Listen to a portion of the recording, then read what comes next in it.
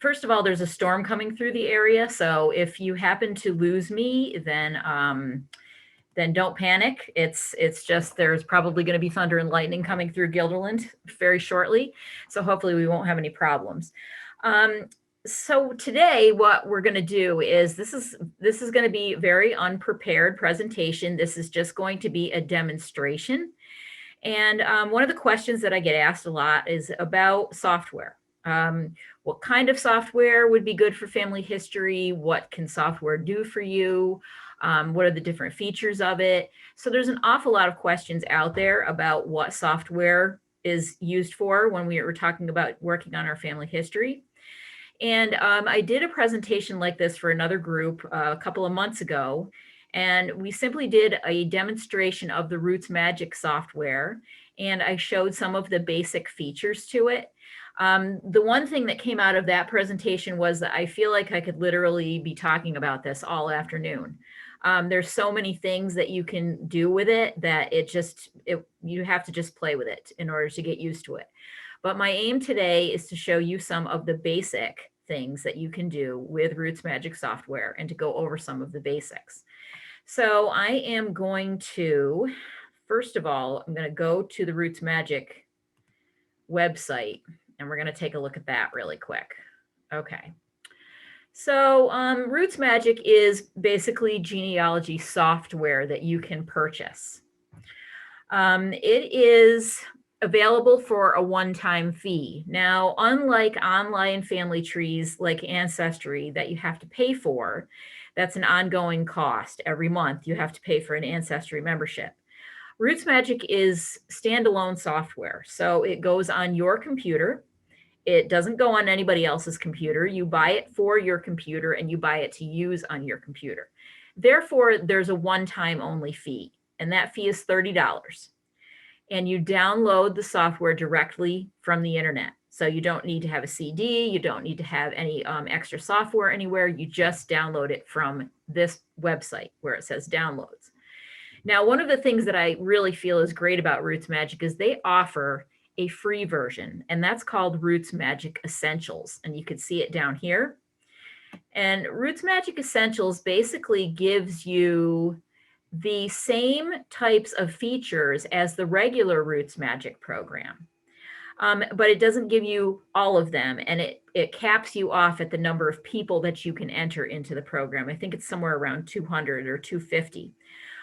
That's the only amount of people that you can add using RootsMagic Essentials. If you want to do a larger tree, you would have to purchase the full version. But I think it's great that they allow you to try the product out before you do the actual purchase. Now, sometimes people like the idea of software. They think, oh, this would be great. I would be able to find people quickly. I'd be able to print charts. But then in practice, it's just not for them. So this is a really good way to kind of figure out if software is the way that you want to go, is to go ahead and download the RootsMagic Essentials. That way it'll give you a little bit of practice. Then if you decide you really like it and you want to continue on with it, then you can download the full version of RootsMagic. I've been using RootsMagic probably 20 years, and I find it pretty easy to use. That being said, all software is going to have a learning curve associated with it. So you are going to have to learn how to use it in order to get the full effects from it. All right, so now we're going to switch over and I'm going to go directly to the software itself from my desktop. So I'm going to go and I'm going to go to my desktop and we're going to look. Okay, so after I open up the software, I have some choices of what I want to do. So one of the things that I want to do is I want to create a new file. So if I'm new, I'm just starting out, I just got my RootsMagic software and I want to start a family tree. What I'm going to do right now is create a new file. You see you have some other choices here. You can open a file you already have. You can import a file if you already have a file from another kind of software, or if you also have a file from Ancestry that you want to import, you can also do that.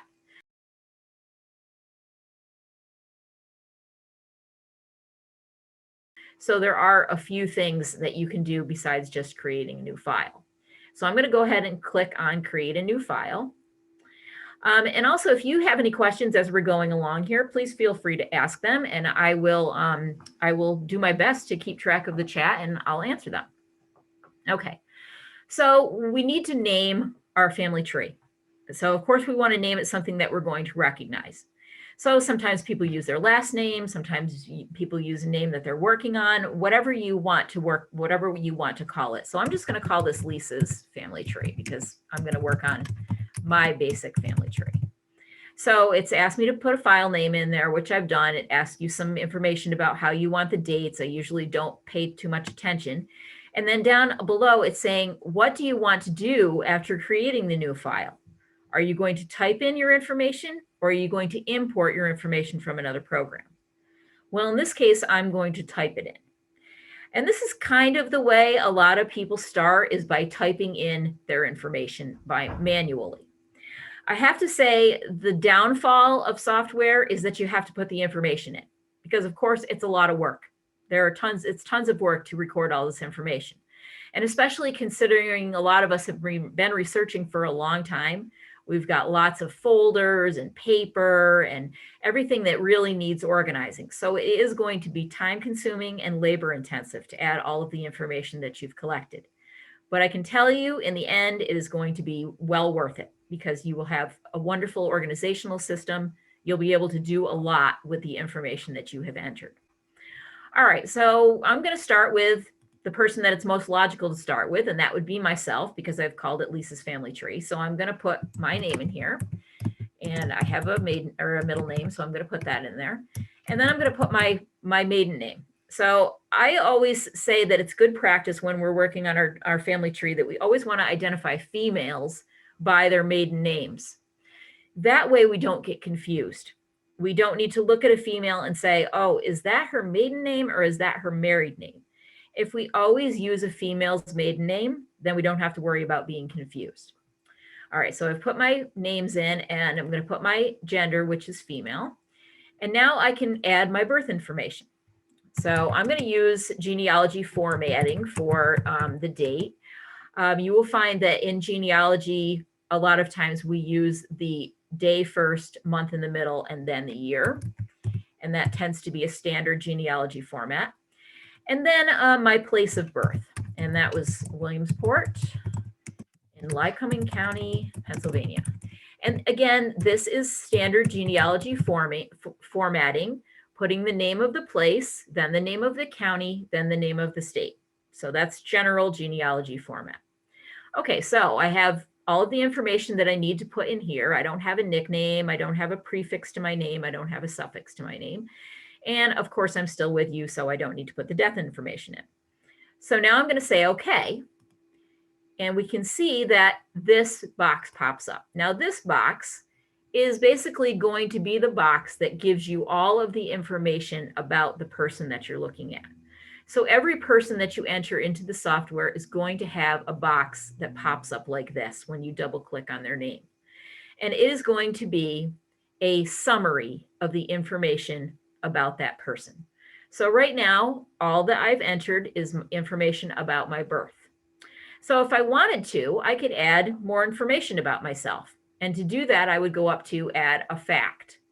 So if I click on that, it gives me a list of all different kinds of facts that I could enter. So I'm just going to go down and I'm going to pick marriage because I'm married. So I'm going to put my marriage in. I click on marriage and then say select. And it's telling me that there is no spouse in here. So I need to add a spouse, which is very important. So I'm going to do that. So I'm going to add a new person to the database. I'm going to add my husband's name, Thomas Francis Dougherty, and they've already got him selected as male. I can put his date of birth in here, which is 26th of January, 1962, and his place of birth, New Bedford, Massachusetts. I happen to know the county is Bristol. And if I were you, one of the things I do is I'm always asking Google what the counties are for certain places. If I don't know what they are, I just ask Google, and that works great. Okay, so now I've entered Thomas Francis Dougherty as my spouse, And now the software is asking me to enter the date that we got married. So I'm going to do that, 29th of September, 1990. And the place where we got married, which was Glens Falls, Warren, New York. And then if I wanted to put the details of the place, like the church we got married at the First Baptist Church. Now I save that information, and there it is. It's in my profile. So now we know two things about this person. We know their birth date and we know their marriage date. Now, the next thing that happens is we really want to keep track of how we know this information. Now, of course, with these two facts, these are coming out of my head, so that's pretty easy. But when we start to get into facts that maybe we don't know from the top of our head, we need to start putting sources in. It's important to keep track of your sources. Later on, when you are, when you've been doing this for a while and you look back at your information that you've gathered, you will kick yourself 1,000 times if you don't record where you got something. Everyone that does this is guilty of that at one time or another. So develop good habits right away and start to source things. So you can see with these facts, we have two facts here, a birth fact and a marriage fact. You can see over here, it tells me what age I was when these things happened. But then you see these three little columns. This first column is going to be for notes. So if I wanted to write a note about either of these things, I could write it. So say I wanted to write a note on the marriage fact. We could say best man was Fran Dougherty. So that's my brother-in-law. He was the best man. So that's an example of the type of note that you might want to put on something like this. The second column is for your source. So to record a source, you click on the square. And now it's going to ask you, do you want to add a new source? Do you want to use an existing source? Which one do you want to do? Well, since this is a new database, we don't have any sources in it. So we have to add a new source. So of course, this, like I said before, this came out of my head. So this is something that we could call personal knowledge. So I'm going to type that in here. And hopefully, yes, we can see it's one of the choices down here, personal knowledge. If we click on that, we can say, okay, and now it's asking us for some details about that personal knowledge. So who's the person that's got that information? That would be me. I've got the information. And then you can put your address in here, and I'll just put Guilderland.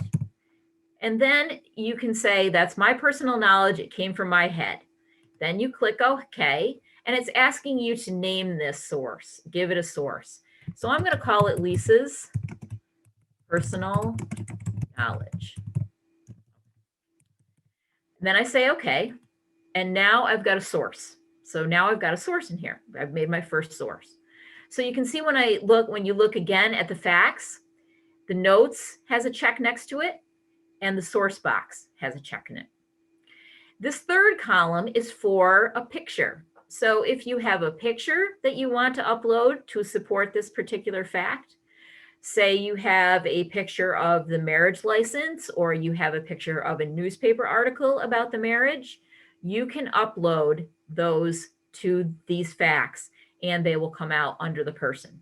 And we'll look at that a little bit more closely later on. All right, so for now, this is what I've got about myself. And one more thing here, the birth fact. I'm going to put a source for the birth fact. And of course, that again is my personal knowledge, although it's a secondary source because I don't remember it, but someone told me when I was born. I can put cite existing source, click on Lisa's personal knowledge, and select that as the source for this particular bit of information. So now when we go back, you'll see there are two checks under sources. So we've recorded sources for both of these facts.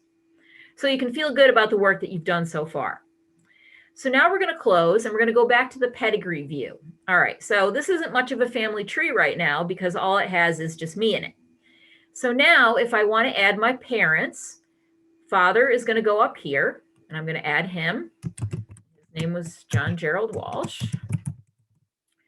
And I'm just going to put his birthday in here, 21st of March, 1938, Albany, New York. And then I'm going to put his death, which was the 18th of May, 1990, Port Edward, New York.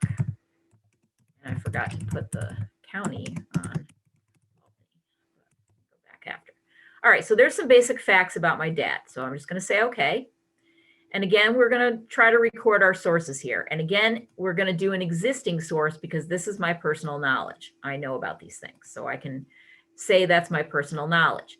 If I did not know where this, or if I did not know this off the top of my head, I could say that my source was the New York State Death Index, or an obituary, or a cemetery gravestone. I could put that as a source as well.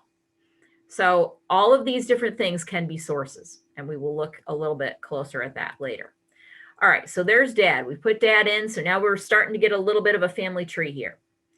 Now we're going to go down to my mom, and I'm going to put her in, and her name is Janet Elaine Coffin, and her birth is 27th of June, 1937. And she was born in Ticonderoga, New York, and that's in Essex County. Okay, and my mom is still with us, so we don't need to put anything else in there for her. So for the source of her birth, I'm going to, again, put my personal knowledge because that's something I know. Okay, so now we have got two people in our family tree. You can notice here that with me, there's a little light bulb here that has just popped up. And also with my dad and my mom, there's a little light bulb. So if I click on my dad, you can see that, where are the hints? There were hints on here. Hang on, I'm going to close it. And I'm going to go back and I'm just going to click on the light bulb. All right. When I click on the light bulb, it's telling me that there is a hint in MyHeritage, the website MyHeritage, that may have something to do with my dad. So in order for me to retrieve this hint, I have to be a member. So if you're interested in using web hints, these will work, but you have to be a member in order to take advantage of them. So you're going to see hints from MyHeritage, you're going to see hints from Ancestry, you're going to see hints from Find My Past. But if you are not a member, then you can't access these hints. I can tell you I generally tend to ignore them. If I want hints, I go into my ancestry tree and use them there. I don't usually use them in RootsMagic, but that is an option and they are in there. You can also see hints from Family Search if you provide your username and password for Family Search. And the hints at Family Search would be free. All right, so that's what the little light bulb means. So we're going to work with my maternal grandparents. I'm going to put them in here.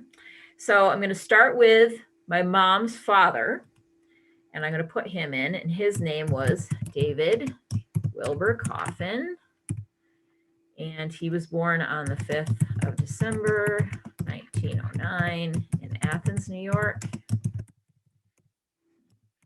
And then I'm going to put his death, which was 20th of June, 1986 in Catskill. All right, so we're going to look at a couple of different ways of putting in sources here. So I've put in my information. I'm going to say okay, and now here's David's box that's popped up. All right, so I know these things through my mom and other people, but say I found his obituary when I was looking through newspapers. I could go into my sources and I could add a new source. And I could type in here obituary, and you can see there's a choice that says obituary newspaper item, and you can say okay. And then you tell what the name of the newspaper. It's the Daily Mail. That's what the Catskill newspaper is called, and it's Catskill, New York. And then I usually put an ID, like I would say David Coffin's obituary, and then the date of the newspaper. I'm just going to say it's the 21st of June, 1986. And then under details, you can put the page of the newspaper that it appeared in. You can put the column number. In these details, I normally put that I found it at a website if I found it online. If I found it in an actual newspaper, then I would put found in an actual newspaper.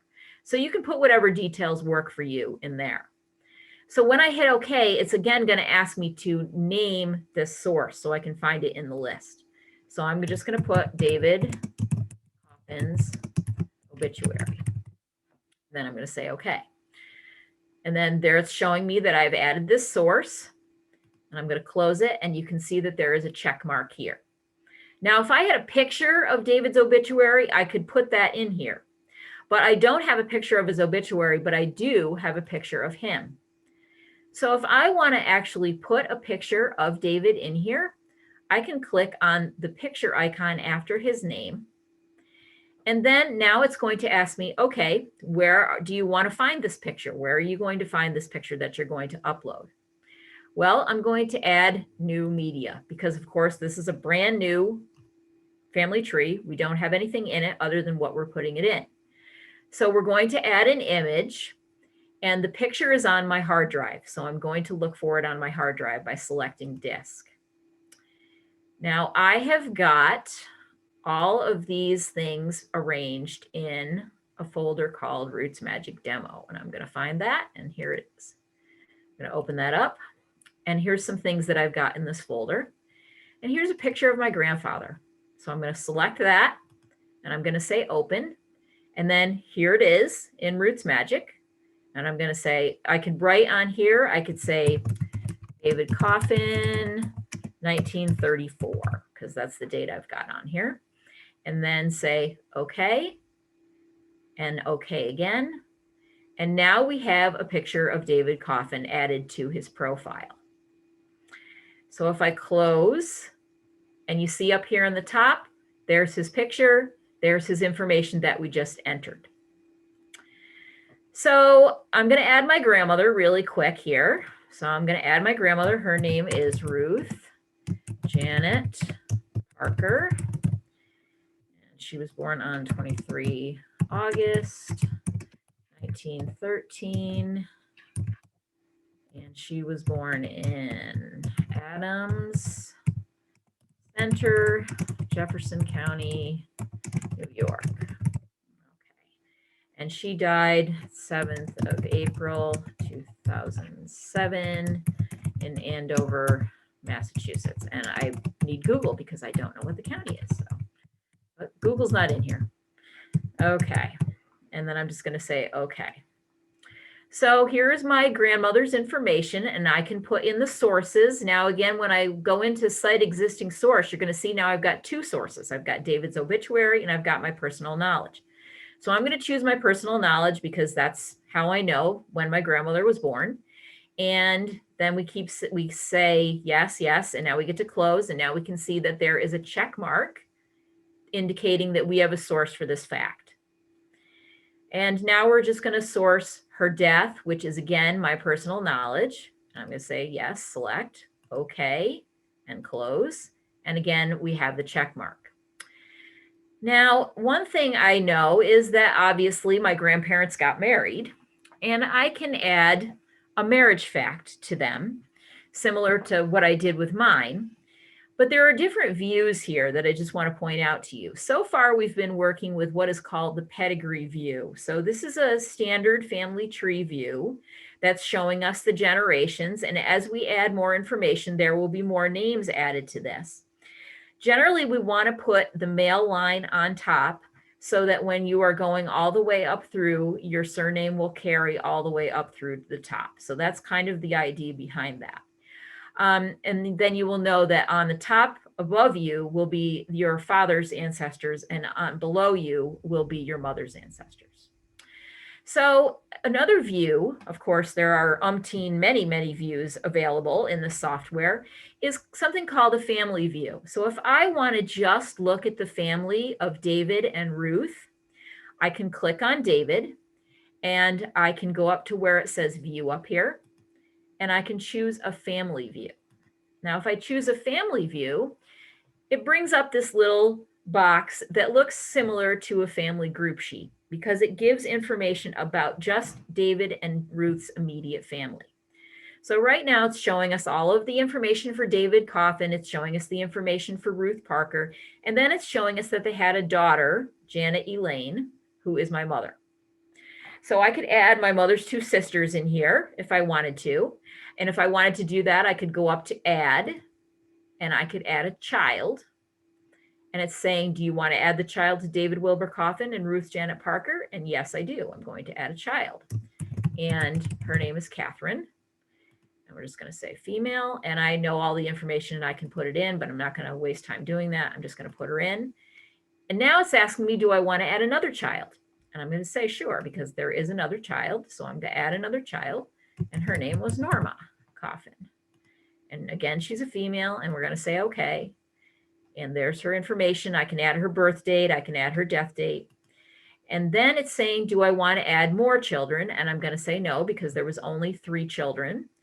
And if I put birth dates in for these guys, it will order them in birth order. If I hit this sort by birth date, it will order them all in birth order. Well, I don't have dates in, so I'm not going to do that. I'm just going to say okay. And now you're going to see David and Ruth, 3 children, have been added to the family view. So the family view is very good for a lot of reasons, because it allows you to see at a glance who is in a family. So it really resembles what we call a family group sheet in genealogy speak. It's something that's used very frequently in genealogy, is a summary of an individual family. So this would be what would be close to being called a family group sheet. So I notice here with my information, I don't have anything for a marriage date for David and Ruth. So I'm going to add their marriage. So in order to do that, I'm going to need to double click on either David or Ruth. And that's going to bring up their individual box. So we're familiar with this box. We've seen it before. And we want to add a fact. We're going to add a marriage fact. Now you can either start typing in, or you can come down here and scroll down and find marriage. So you can see there's a lot of different facts in here. I probably only use maybe a quarter of these facts. I don't use a lot of the facts that are in here. There seems to be lots of different facts that you can use. I mean, DNA test, for example, education, if you wanted to put something about a school where someone went to, election, if they were elected to public office, you know, nationality, naturalization. So there's a wide variety of facts in here. So I'm going to click on marriage, because that's the kind of fact I want to put about my grandparents. And I'm going to select. And do we want to put the marriage fact for David and Ruth, or do we want to add another spouse? But we're going to do David and Ruth, because that's my grandparents. And now we need to put the date. Okay, so I know that the date is the 3rd of July, 1936. And I also know that they were married in Adams Center. So watch what happens when I start to put in Adams Center. You can see that a drop-down menu appears with names of places that begin with A. So if I continue typing, it goes directly to Adams Center. So I've already typed this in. It's a place name that's already in the database. So I can just click on Adams Center. I don't need to continue typing. So that's a little shortcut. Then I'm going to say save. And we see that the marriage has been added to David's facts. So now I am going to write the source for this. Well, I do have personal knowledge of this, but I also have a marriage certificate from my grandparents. So I'm going to add that as a new source. So go into the new sources, and I can type marriage and see what happens, what it comes up with. Marriage certificate church, and that's what it is. So I'm going to click on that, and I'm going to say okay. And you can see you've got a lot of fields to fill out here. Now, what I always say about sources is don't worry about filling in all of these fields. Think about what you would want to know about a source to be able to find it later. That's what's going to be more important for you. It's going to be important for you to be able to put your hands on the source that you used for this particular fact. So filling out every single one of these fields isn't necessary. You can just put in the information that you will need. So I'm just going to put in the item type is a marriage certificate, and they were not married in the church, so I'm not going to put that in there. You can put the names of the people that got married. You can put the date, but you don't even have to put any of this in if you don't want to. You can just say okay, and you can say my source is my grandparents marriage certificate. Okay, so then I'm going to say okay. And here's my source. It's appeared on the list. And I'm going to say close. And now when I look at the marriage fact, we can see that there is this check next to it, indicating that there is a source. Now, I also have a picture of this marriage certificate, so I can upload that to the marriage. So when we look at the marriage fact, we'll be able to look at the picture of the certificate. So I'm going to go into the little picture icon and click, and I'm going to add new media again, and we want to add an image. The media that I'm going to add is on my computer, so I'm going to click disk. And then here is the wedding certificate, and I'm going to click on the wedding certificate and then open. And then there is the picture of the wedding certificate. And I can put on here, grandparents' wedding certificate. So of course, you know, in order for you to be able to get these pictures into your RootsMagic software, you have to scan them in first. So that's also another added step that you have to do. If you want to do that, that's awesome. It's a wonderful way of preserving the things that you have. It is very labor intensive, but it's also a really good thing to do, because then you will have that in your software and ready and available for you to view it at any time, instead of shuffling through boxes, which is what I end up doing a lot of the time. So if we see here, we've added a picture. If we click on this little green check mark, it's going to bring us to the picture again. So that is basics about facts, about adding people. If we want to go back and look at our family tree view again, we can go back to view. We can do pedigree view. And because David was highlighted, it's showing us the pedigree from his point of view. So we've not entered a mother or a father for him yet. So he doesn't have any ancestors in here yet. But if I click on this red arrow, it will bring me down to my mother. And if I click on the red arrow again, it will bring me back to me. And again, now we're starting to see a little bit of the family tree forming. So other things that you can do with this, honestly, the features of this software are endless. One of the things that you can do that I find is really appealing to a lot of people is you can print family tree charts. So a lot of times what people like to do is they've spent a lot of time putting in information in their software, and they want to be able to share this information with other people. So maybe they want to print a chart for a family reunion. And that is certainly something that you can do with this software. You can print a chart in any different way. You can print just a basic pedigree chart like this, or you could print a chart that's all of the descendants of someone. So if I go into David, and let's see, I'm going to do view, and I'm going to try a descendants view. So this is a little bit of a different view. This shows my grandfather David with his wife Ruth. It shows their children, Janet and Catherine and Norma, who are generation number 2. So number 1 generation is David and Ruth. Number 2 generation is Janet, Catherine, and Norma. And then it shows Janet's spouse, and it shows me as the 3rd generation. You can imagine as you add people to this, these lists get longer and longer and longer, and you will be able to see everybody in a tree. You can print box charts. They can get a little tricky to tape together if you've got a lot of people in the tree. But it is very nice to be able to bring something like that to a family reunion so that people can see where they fit into a tree. It's a really great visual. That's not something that you can do with online software. Generally, the online software, things like Ancestry, they point you to their printing service to get things like that done, but you can do that for free with RootsMagic. Another thing that can be done with RootsMagic is you can make RootsMagic work with your Ancestry family tree. It's called syncing. So if you add information to your family tree on Ancestry, and you want to have that same information go into your RootsMagic tree, there is a feature that allows you to do that. It allows the two softwares to communicate back and forth. But this is something that you have to do yourself. It does not automatically get done. It is a deliberate decision on your part. A lot of people get worried that information that's going to be entered into your desktop software can somehow get shared online. It can't unless you make that decision.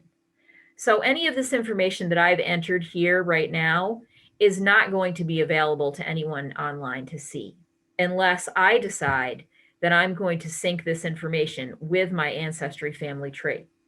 So your data in RootsMagic is private only to you unless you decide to make it public in another way.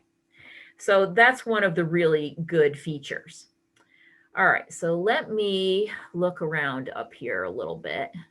There are lots and lots of features here. There are, you can create a family history book if you want to. You can print. So say you wanted to print a family group sheet to show to someone, you could do that. You can email things from the software, which is really great. All of these little icons have different things that are possible for you to do. You can also create a to-do list. So if I go into David here and say, I know that his birth date is the 5th of December, 1909, but I really want to have a more official source for that. I want to know where that comes from. So I could go up here to this to-do list and I can add a task that I want to do or a goal for my family history. So I'm going to add a task and I'm going to say, I want to do something in regard to David Coffin. It's going to say, okay. And I'm going to say, I want to get his birth certificate. So that's going to be my task. And that's going to go on his to-do list because you know how it is with to-do lists. Today you want to do this thing, but if you don't write it down, tomorrow or the next day, you're not going to remember. So that's why this is good. It's really good to have this because it will remind you every time you open David Coffin that you've got a to-do list here. You've got some things that you want to do. You can write details. You can say, I want to obtain from the Athens town clerk. And then you might put information like the phone number for the Athens town clerk information. So this, you could also put it into where do I need to do it? You can select a status. Is it open? Is it completed? Is it pending? Or is there a problem? So you can put any of those. You can also assign a priority. So you've got 1 to 10 or 1 to 9 here with priorities. It will record the date that you recorded this to-do list, which is today. You can record when you last worked. Honestly, I don't know anyone that's this organized. I'm certainly not. I consider it a good enough task if I actually get something on the to-do list. So that's doing pretty good if you're doing that. So we've got this on here. We know that we want to do that. So now I'm going to click OK. And it is added to our to-do list. So we'll close. And now if you are looking on David Wilbur Coffin, you can look up at the to-do list and there it will show you that you have put an item on his to-do list. So there are just tons and tons and tons of things that can be done with this software. And that is just a real minor overview. Now, hopefully you've got some questions for me, some things that I can show you. Feel free to type them in the chat. If there's something about software that you are particularly looking for, a feature that you're interested in, something that you wonder if it's possible, then by all means, ask me and I will be glad to dig into it for you. Like anything else, I feel like people don't really make full use of all of the features of this software. I know I don't. There's probably way more that I could be doing with it than I'm not doing, but there's just so many hours in the day. So you really have to dig into it and see if there's anything that would work for you. Okay, question. Can you import from other online sources like newspapers? I don't believe that you can directly import. You can import the newspapers into your ancestry tree if you are a member of both Ancestry and newspapers. You can do that. You could then sync your ancestry tree with your RootsMagic tree, and it would download. So it's not going to be a direct download from newspapers to your RootsMagic tree. It might be just as easy to go into newspapers and find what you're looking for and save the particular article as a file, and then take the file and upload it to RootsMagic. So that might be just as easy as doing the import and export from Ancestry to RootsMagic. So yeah, it's a little bit of an extra step. It's not as seamless with Ancestry. Like with Ancestry, if you find something on newspapers, you can directly load it to Ancestry, but you have to be a member of both. The good news is that when you put it into RootsMagic, it's there. It's not going away. So if you cancel your Ancestry membership, or if you cancel your newspapers.com membership, that article will be there forever. It isn't going to go away. And that's different from Ancestry, because if you cancel either of your memberships, you can't see those things anymore. So that's another good reason to buy offline software and sync your ancestry tree with the offline software. Because if you take everything off of Ancestry and put it into RootsMagic, it's yours. It doesn't go away after you cancel your subscription. So that's certainly something to consider for sure. Anybody else got any questions? I'm trying to think a little bit about other things that you can do. I mean, obviously there's just so many different things that can be done. Here's the tree share feature for Ancestry. And you can also share on Family Search as well. Edit notes, I'm trying to find what different views. Okay, so a couple of the different views here. Okay, good, we got another question, awesome. Can you do a one-way, since I probably mean search, that you receive from Ancestry, but not place your RootsMagic on Ancestry? Yes, you can. If you want to download directly from Ancestry, that's absolutely an option. You would go into what's known as export in your family tree. So in the Ancestry family trees, there is a place that you can go to export your file, and you can then import that file into RootsMagic. So that would be the one-way. The one-way ticket is called export or import. Syncing is a little bit different, where they communicate back and forth. But the export and import is a little bit more private that way. You would just download it to your RootsMagic software. One thing that I'm looking at with the views here is that some people like the timeline view. So if we are looking at David Coffin again, we can pull him up in a timeline view. And you can see up top here, we've got the dates that go across the top here.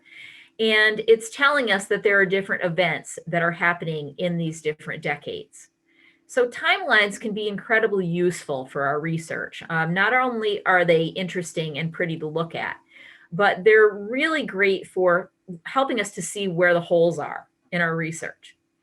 So if I'm going through here and I'm thinking, oh, you know, I don't have any census records, for example, like I don't have the 1920 census, or I don't have the 1940 census.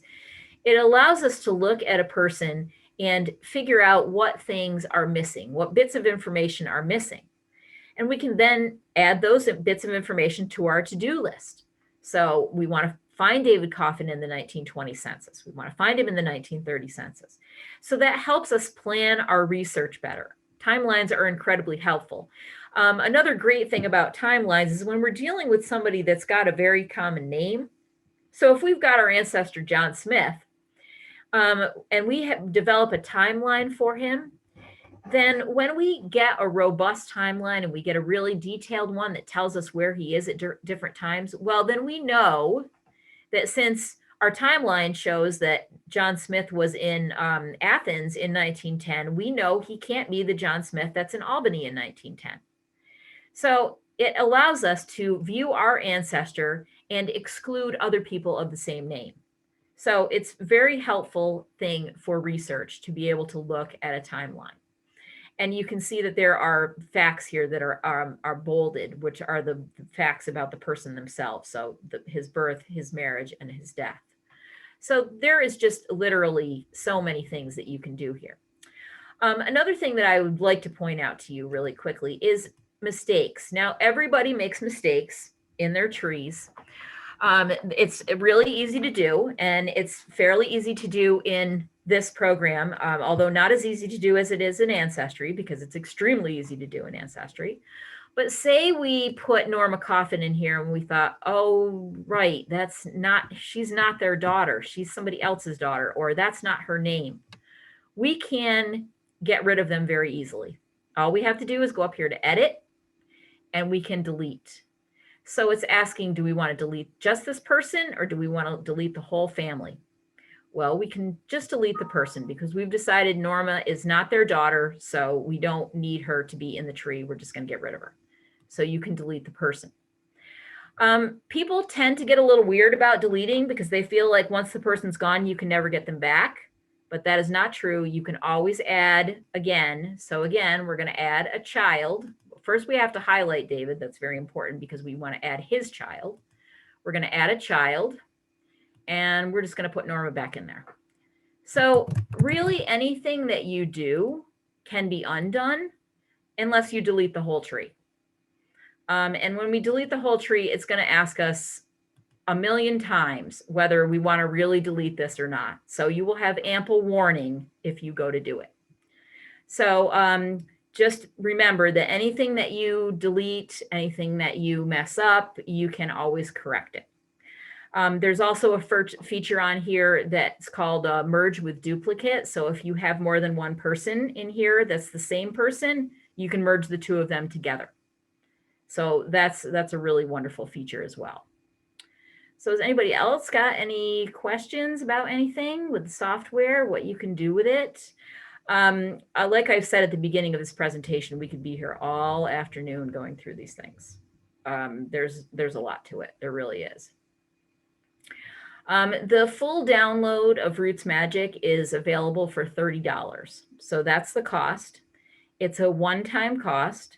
It isn't going to cost you any more to use it or to continue to use it.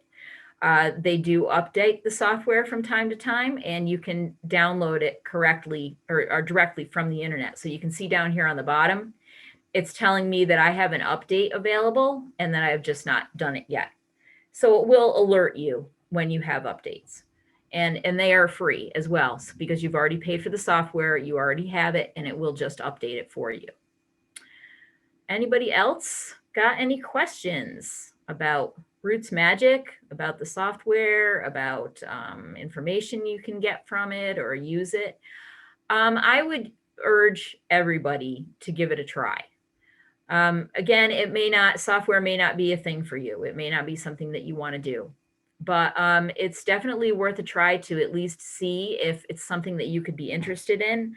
There are some times when I actually don't mind just entering information into a computer program. I find it kind of relaxing. So it might be something to do at night while you're watching TV and just kind of enter your information in as you go along.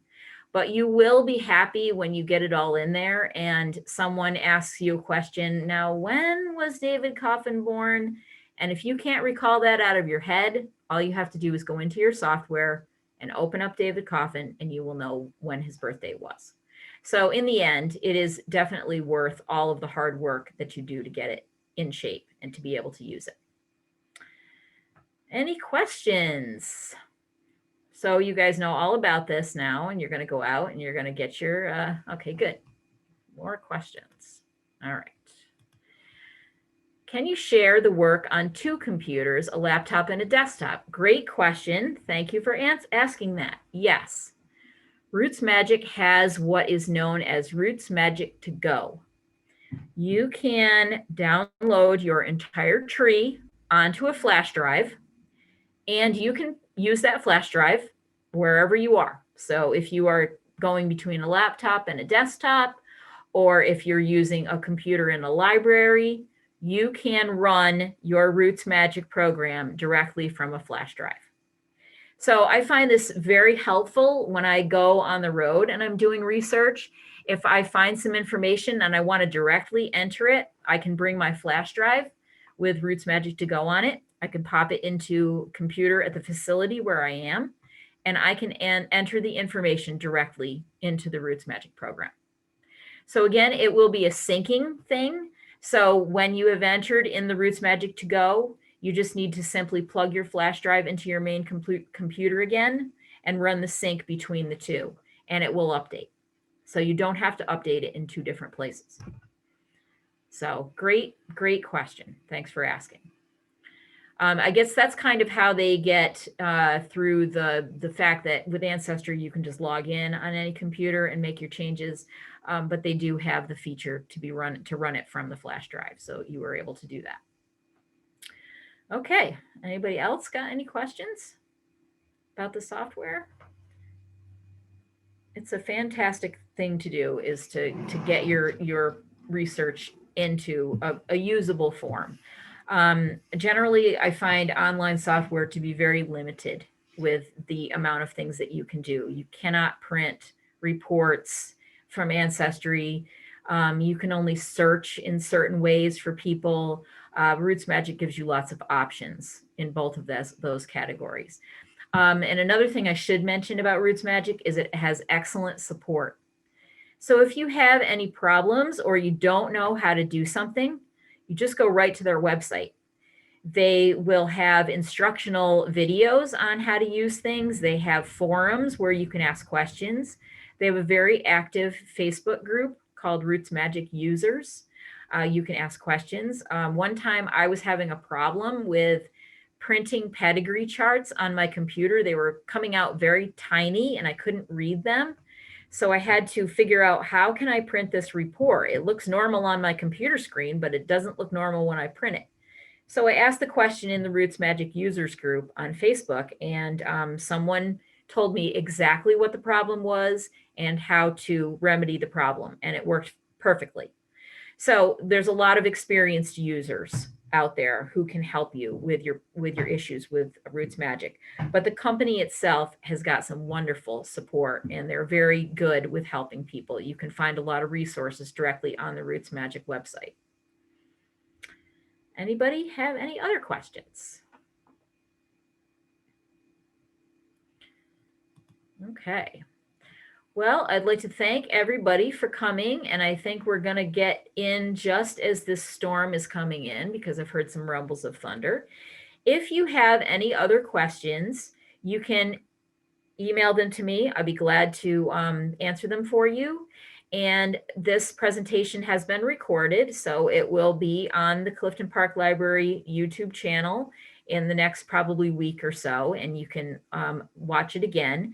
But if you have any questions in the meantime, feel free to contact me either through Facebook or send me an email, and I would be glad to help you with any questions. All right, another question. Thank you. Can't wait to try free RootsMagic Essentials. Awesome. I would recommend everybody go and do that and give it a try. It's wonderful when you can try something for free and you don't have to buy it. So it's always a good thing. All right, thanks everybody. And remember, I do have one appointment left for Thursday, July 1st at the Clifton Park Library at 12 noon. If you want that appointment, you can email me and I will put you on my appointment list, and we can talk about RootsMagic, or we can talk about anything else genealogy that you would like to talk about. Thanks very much, everybody.